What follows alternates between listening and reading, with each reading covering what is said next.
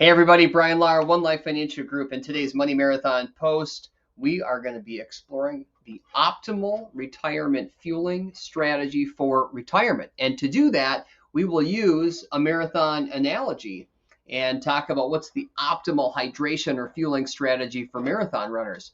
Marathon runners have a choice.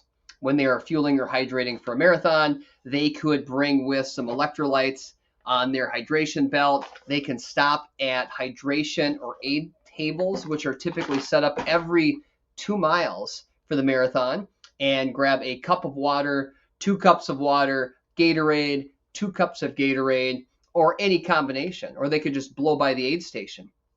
And so we're going to have some fun today using marathon analogies to hopefully explore how to get much more potential mileage out of your money and your retirement income strategies.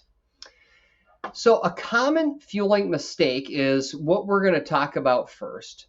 And then we'll talk about how to optimize retirement income and an exercise that you can go through. And finally, we'll talk through some next steps in this video that you can take to secure your future and work towards enjoying the wealth that you have created. So one of the most common mistakes we see with marathon runners and investors is they don't have a fueling strategy. They don't have a strategy to fuel their retirement income and to efficiently take their income when you look at the taxes they have to pay. So where to pull the money from, how much to pull out, and how much money at retirement should be tax-free versus tax-deferred. And similarly, marathon runners often go into a race or a marathon with zero hydration strategy, and that can be dangerous. So we're going to have some fun, hopefully, and explore some of the similarities and some of the challenges that runners and investors have when they don't have a fueling strategy. So with running, you might know this, but there's something called dehydration, and if you don't get enough water, it can increase the risk of fainting, heat stroke, and studies also suggest it can reduce performance in runners. That topic is being debated, but one of the studies suggests that if over 2% of body weight is lost, that performance decreases because the body can't produce enough sweat to cool down, which increases heart rate and causes fatigue. So that probably makes sense to you. It's very common. Something, though, you might not know about is a condition called hyponatremia. And that can take place when a marathon runner consumes too much water or too much Gatorade or some combination where their cells are essentially overly hydrated. Especially drinking too much water, what can happen is the water can rush into the cells in the brain. They can expand, push against the skull, and it can actually lead to death. Unfortunately, a very young woman died at the age of 28 in the Boston Marathon because of that condition. So it's just critical to have a hydration strategy going into a marathon so that you can optimize your results and prevent unnecessary risks or health issues or even death. Now, similarly for investors, it is critical to go in to retirement with a strategy. I would not recommend what I did in my first marathon with my hydration strategy, which was just go by a table. If I felt thirsty, drink. I got a message from a friend that said drink a lot, so some stations I was drinking too. I wouldn't recommend that.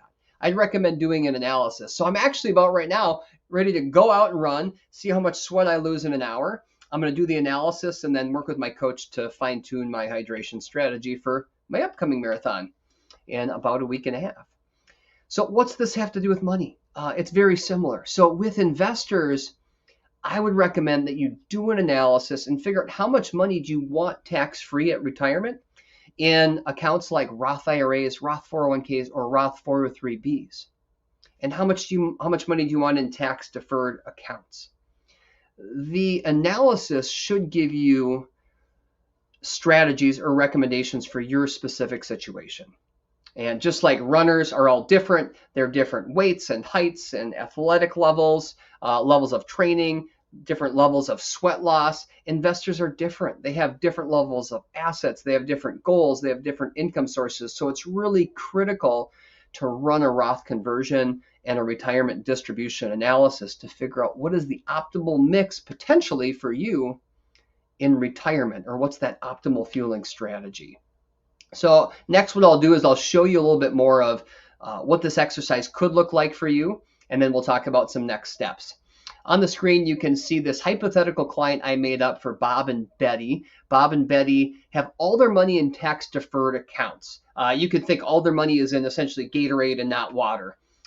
So yeah, all analogies break down, I get it. But they have all their money in tax-deferred accounts, none in tax-free.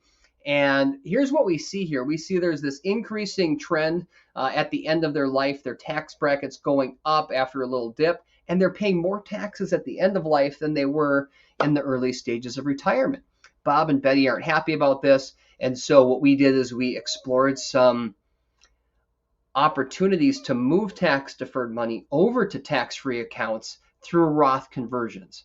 That's one way you can get more tax-free money built up for retirement. You can also make contributions into different types of accounts. So in this next screen, you can see that Bob and Betty significantly lower their lifetime tax bill by well over $1 million with the strategy of moving money from a taxable account to a tax-free account. And when that happens, they pay the tax strategically along the way. And the benefit to them is there's more tax-free money later. And another potential benefit of having more tax-free money is that if tax rates increase, for whatever reason it might be, you have more options to lower your tax bill or control your tax bracket so you don't jump into the next bracket. So that's hypothetically what it looks like in this example for Bob and Betty. Roth conversions do not make sense for everybody. In some of the work that we do, no Roth conversions are recommended. So before you take any action, it's recommended to sit down with your advisor, your accountant, and make sure that your strategy is customized to you. So hopefully we had some fun today exploring this retirement fueling topic and marathon fueling. It was great to be with you. If you're wondering what to do next and you don't have the tools or the advice to do an analysis, we have a couple of options for you. You could click the Get Started button and just request a consult. We'd be happy to meet with you. If you'd just like to really explore if you might be missing some opportunities to optimize your retirement income or lower your tax bill, there is a free tax minimization analysis. You can click on the link and begin exploring if you might be missing some opportunities. So it was great to be with you today. Hope you enjoyed today's video, and we'll see you soon.